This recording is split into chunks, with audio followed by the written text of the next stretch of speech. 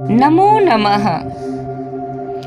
आज से हम प्रारंभ कर रहे हैं अधोमुख अवस्था के आसन, यानी कि प्रवण अवस्था के आसन, जिसे पेट के बल लेटकर किए जाने वाले आसन भी कह सकते हैं। इसके लिए सबसे पहले हमें विश्राम स्थिति को और सावधान स्थिति को समझना होगा।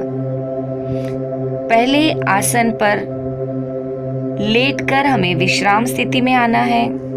उसके बाद में सावधान स्थिति में आकर शरीर तथा मन से तैयार होके सज होके हमें आसन प्रारंभ करने हैं। तो चलो सबसे पहले देखते हैं विश्राम स्थिति।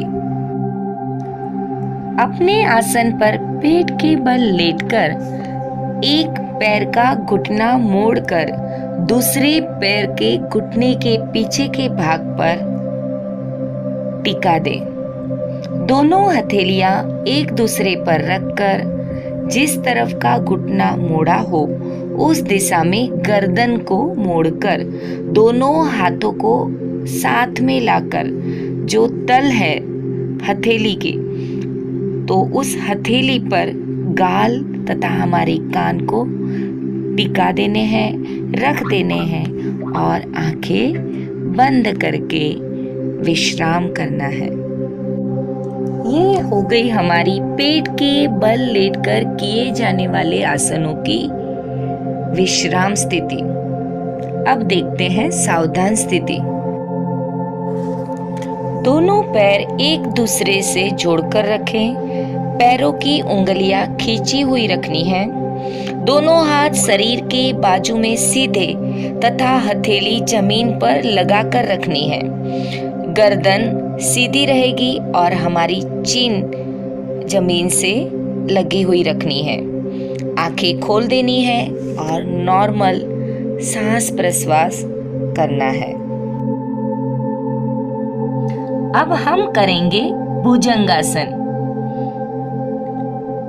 कोहनियों के पास से हाथ को मोड़कर हथेलियों को हमारी चेस्ट के पास रख देना है। हमारी कोहनी हमारे शरीर के पास हो सके उतनी करीब रहे, ये ध्यान में रखना है। अब सांस ले तथा गर्दन एवं पृष्ठीय मेरुदंड को पीछे की तरफ यथासंभव चाप के आकार के समान मोड़े, यानी कि कमर से सिर तक का हिस्सा धीरे धीरे ऊपर उठाए तथा सामने की तरफ देखे। हाथ कोहनियों से थोड़े मुड़े हुए व कोहनियां शरीर से सटाकर रखे। नाभि के नीचे का जो पूर्ण हिस्सा है वो जमीन के संपर्क में ही रखे। सहज श्वसन क्रिया करते रहे और अपनी क्षमता के अनुसार इस पूर्ण स्थिति में बने रहे। धीरे धीरे सांस छोड़ते हुए वापस पूर्व स्थिति में आ जाए। हाथ शरीर के बाजू पर रखते हुए विश्राम करें।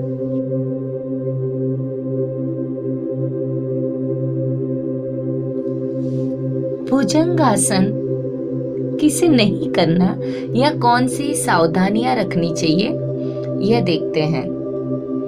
पेट के अवयवों में सूजन हो, अपेंडिक्स जैसे कोई विकार हो, वह यह आसन ना करें। रीढ़ की हड्डियों में अंतर हो, यानी कि गैप हो गया हो, उनके लिए भी यह आसन वर्जित है। महिलाओं के लिए जिन्हें गर्भाशय के विकार हो, यूट्रस रिलेटेड कोई प्रॉब्लम हो, यूट्रस में फाइब्रोइड हो या अंदरूनी कोई रक्तस्राव होता हो, तो वह इस आसन का अभ्यास ना करें। भुजंगासन से होने वाले लाभ कुछ इस प्रकार हैं।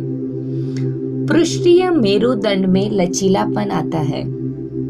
मेरुदंड की मांसपेशियों को मजबूती प्रदान करने वाला यह आसन है और यह आसन पेट की चर्बी को भी कम करता है।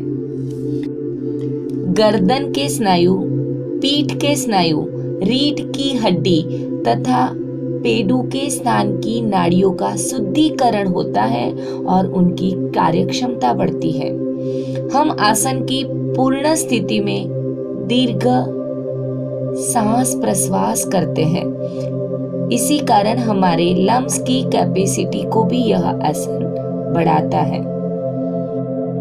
मासिक धर्म नियमित करने में, थायराइड के विकार दूर करने में तथा पुरुषों में प्रोस्टेट ग्रंथि संबंधी कोई विकार है तो उसे दूर करने के लिए यह आसन बहुत ही कारगर है।